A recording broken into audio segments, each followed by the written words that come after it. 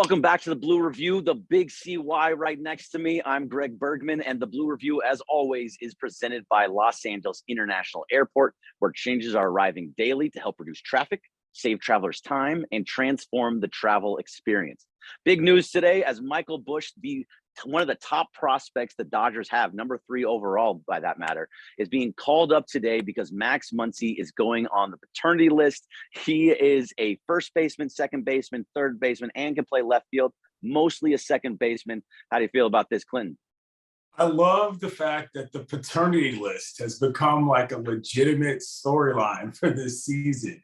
Mookie, Evan Phillips, Gratterall, and Muncy as well. And Gratterall and Muncy are going on at the same time. It reminds me of like dudes who get vasectomies at the same time, and so their wives let them both sit on the couch, you know what I'm saying, and watch TV for a while afterwards. No, but I think it's just, it's an interesting thing because I don't have any children. Greg, you do. And Yep. I always wonder, like, how much focus can you really expect anybody to have on anything when they have a child on the way? Like, you know, people talk about different types of reasons how guys get mentally into games or not. I don't expect anything of anybody if they've got somebody coming to the earth that is of their stead. What do you think about, you know, just what was that time like for you?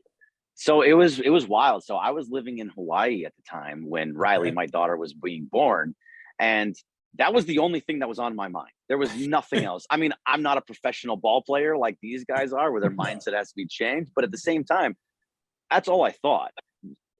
It's very true when someone says to you, "Oh yeah, I fell in love the moment that my daughter or son was born." It's true. Like the second that she came out, I was like, "Okay, well that's it. I love this thing more than anything I've ever loved in my life." And it's still like that to this day, 11 years later, because she's amazing. So I get where they're all coming from. What's funny to me is that all of these guys are going on the paternity list at the same time, which means that if you go back 9 months, we're talking about All-Star break in Los Angeles last year. So doing the math. so you go back 9 months, it seems like they're like, hey, we got a little bit of time off. We're staying in LA.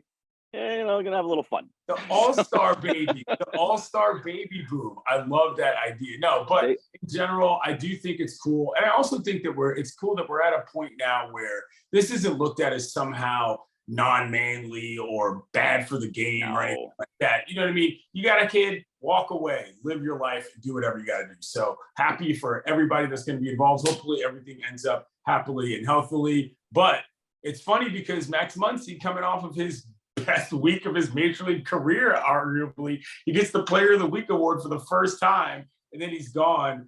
Pittsburgh's coming up. We've talked about them a little bit. 8-2 in their last 10, I believe, Greg, and they've got a 7 in a row. Better run differential than the Dodgers. They're the best team in the National League. I know that we talked yesterday about this a little bit, but has anything changed in terms of what you thought about going into this series? No, I mean, it's a huge series. This was supposed to be this series against the Pirates. When you looked at the schedule before the season, you're like, okay, Pirates bad. That should be a couple wins in that situation. And then they get into that tough May that we've talked about over and over again. That's not easy anymore. This is the best team in the National League. All of a sudden, you're like, wow, this Pittsburgh Pirates team is going to be a tough out in Pittsburgh, too, where they're on a big winning streak. So, no, this is going to be a very difficult season now. And by the way, just real fast, when you talked about Max Muncy winning the Player of the Week, James Outman had one of the best weeks of his entire career, and he still lost out to Max Muncy. He hit a grand slam. He had multiple home runs in 2 games, and he still he doesn't get the Player of the Week. Wow. It's amazing.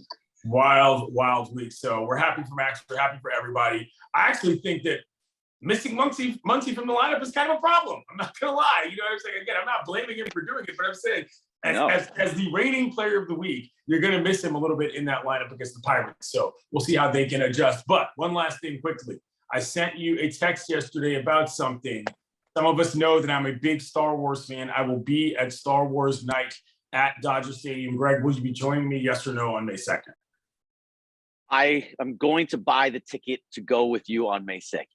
The only issue that I could possibly have is if the Lakers are playing in a playoff game in the second round. I know we're doing the Blue. Star Wars Day comes once a year. Once a year, it comes. I'm buying the ticket. I'm buying the ticket. You might have to. One of your buddies might have to buy it off me though. That's the only thing I'll say. Okay. you know what? The force is not with you. All right. For Craig Burke, I need that Grogu. I need the Grogu. This is Blue Review. Thanks again, LAX.